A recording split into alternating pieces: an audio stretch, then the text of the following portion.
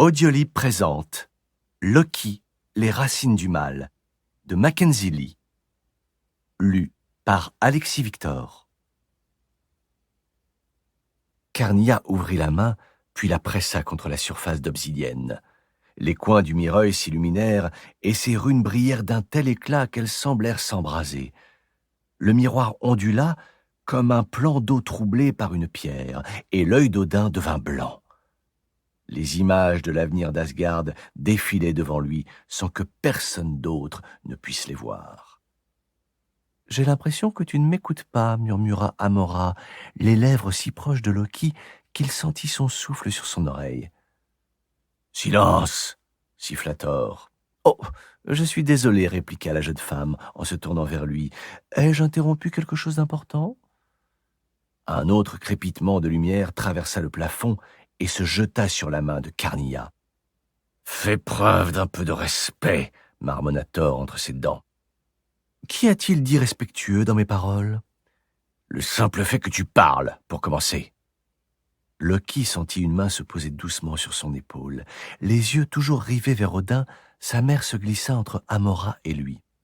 « Il suffit, » ordonna-t-elle d'une voix posée.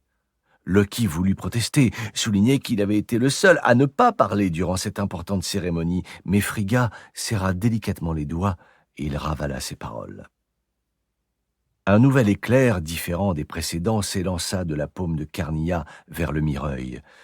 Loki perçut un changement dans l'air, un glissement de la magie qui le fit frissonner. Sa mère dut le sentir aussi car ses doigts furent secoués d'un spasme.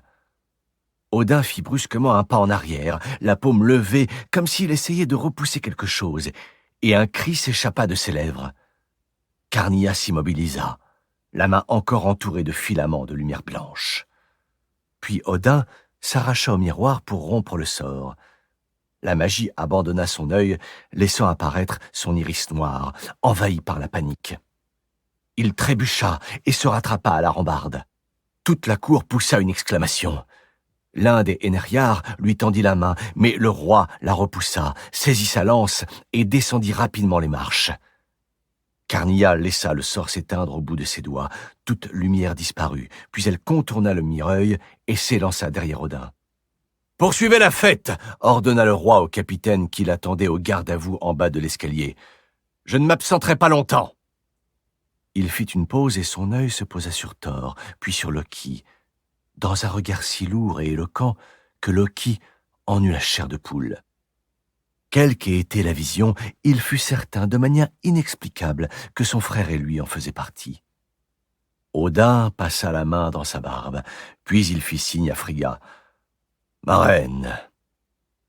Loki sentit sa mère lâcher son épaule, puis elle emboîta le pas à Odin et sortit du grand hall, suivie par Carnia et les gardes du roi. Les portes se refermèrent derrière eux et l'assemblée retrouva la parole, mais sur un ton aigu et inquiet. De part et d'autre de Loki, Amora et Thor gardaient le silence, les yeux tournés dans la direction qu'avait prise Odin. L'envie d'enchanter le carrelage pour qu'il change de couleur s'était évaporée. À la place, Loki sentait une main glaciale lui broyer l'estomac. Il n'avait jamais vu une telle peur sur le visage de son père.